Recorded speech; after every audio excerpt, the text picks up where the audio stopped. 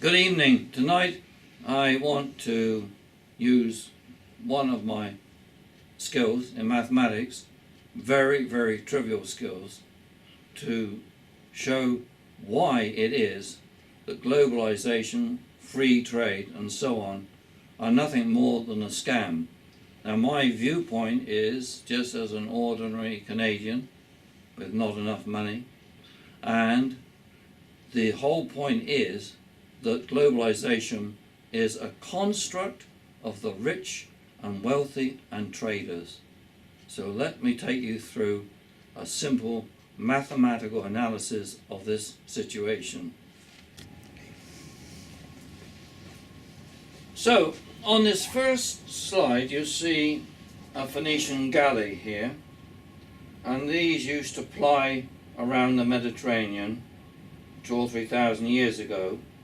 And what they were traders, and they were carrying earthenware pots and jewellery and so on from one place to another. That is how they made a very good living for themselves.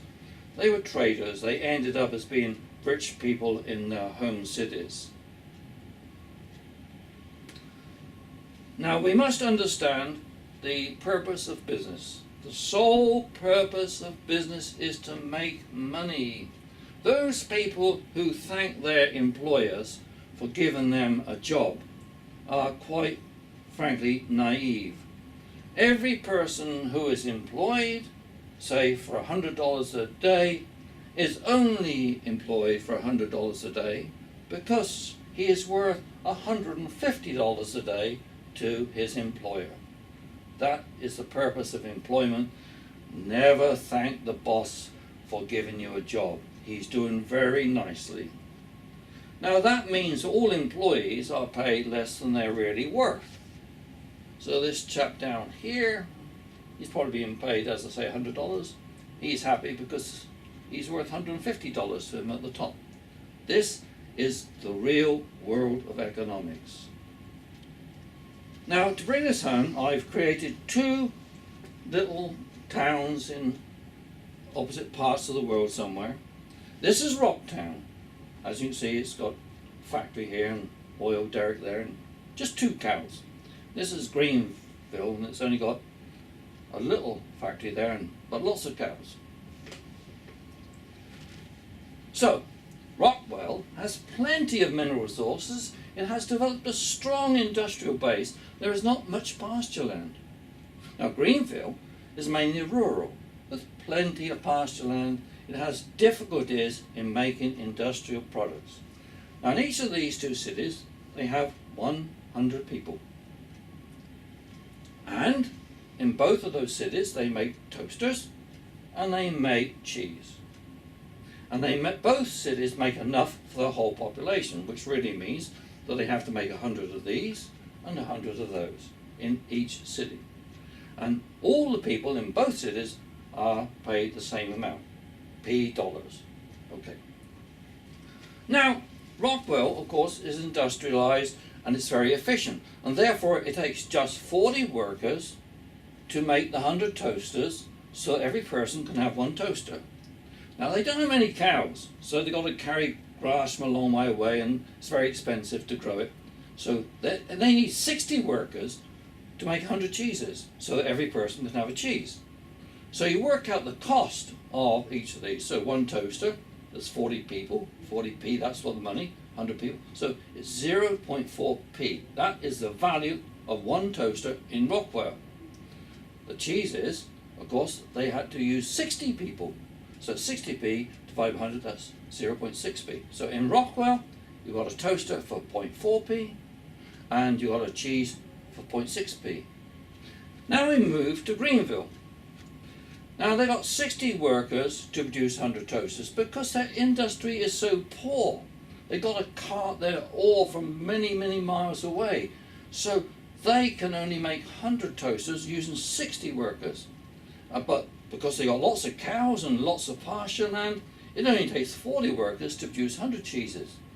So one toaster in Greenville is 60p over 100, which is 0.6p. And the cheese, which is cheap to make, only costs 4 points. You notice that these two are the other way, opposite way round. Cheap toasters here, expensive toasters. Expensive cheese, cheap cheese. Now, the globalists say, well, you know what? We can bring all the prices down if we do this. We'll have Rockwell produce all of the toasters for Rockwell and for Greenville, and Greenville produces all the cheese for Greenville and for Rockwell. But in Rockwell, where they're now making toasters, only 80 people are needed to make the 200. That's the toaster of everybody in the two cities. So 20 people have lost their jobs. These were the people who were actually looking after those poor little cows, the few cows they had. And Greenville is the other way around. So they've now got more cows and they're making more cheese, but they're pretty good at making cheese, so it only takes 80 people to make the 200 cheeses for the two towns. So once again, 20 people have lost their jobs. So this amalgamation to produce cheap products in the two towns has resulted in 20 people losing their jobs here and 20 people losing their jobs there. So 40 people and their families are on welfare. Well, you can't just have them dying in the streets, so you have to pay them some welfare money. So taxes go up to pay the welfare costs. Now, the unemployed fall into despair, and some into crime. And this is why globalization will always fail, even on a level playing field. Now, the situation I've given you is an exact, perfectly level playing field. It is much worse on the competitive field, which is what we have in the real world. From this point on, it's all downhill for the societies in Greenville and in Rockwell. Okay, so we agree that we're going to give all of these unemployed people now 0.4p, 40% of basically the living wage. Now we've got 40 unemployed people and they all get 0.4. You multiply this out.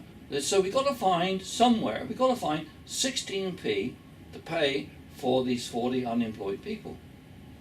Where are you going to find it? Well, you're going to tax the people. Now we've only got 160 workers. We don't have 200 workers anymore. We only have 160. So each of them has to cough up 0.1p. So now what has happened is the net income of the workers who are producing either cheese or the toasters is 0.9p. Well, they don't like this very much. So what do? So the workers are now having a hard time, so they go on strike. And the owners of the cheese factory and the toaster factory, they give them an increase. But the bottom line is sacred.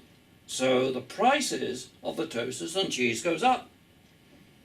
And that means that the original reason for combining these two economies was to give them cheap toasters and cheap cheese. That has been lost. But we still have 40 people unemployed. Now 5 years down the road, and this is what globalization people really love. 5 years down the road, the farmers here with their 2 cows, they couldn't make a go of it. So the cows have gone. We got an extra bit of factory here to make the toasters for Greenville. Similarly, in Greenville, we now have a lot more cows, but our small industrial complex has completely gone. Previously, they were self-supporting industries. They could get their toasters and they could get the cheese in Rocktown and in Greenville. Now, they are what we call monocultures. They cannot exist in isolation. Greenville cannot exist without Rocktown, and Rocktown cannot exist without Greenville, and all the trade between the two is pouring money into the globalists. So mono-economics are entrenched, and there is no way back to self-sufficiency. And this social chaos of pain and suffering The globalizers, the free traders and the wealthy are making a fortune as middlemen. Now, from my viewpoint, you should have people-based economics, and that says that countries should be independent, not interdependent, because self-sufficiency is the only security. Thank you. Now, when we look at this one, do we see this today? Yes. Populism is on the rise, nationalism is on the rise, Buy American, Trump, Brexit, and of course mathematics. All those things, the gut reactions of the people plus mathematics are trying to tell us something important. That globalization is bad for ordinary people, and it is time to listen. Particularly listen to the mathematics. Thank you. Thank you for watching that. The first thing is, of course, is mathematics does not lie. It is not an opinion, it is a fact. Now, if you got something from this slideshow, then please give us a like on the internet, and once again, any support will be gratefully received. I'm not out of work, but I am retired. Thank you.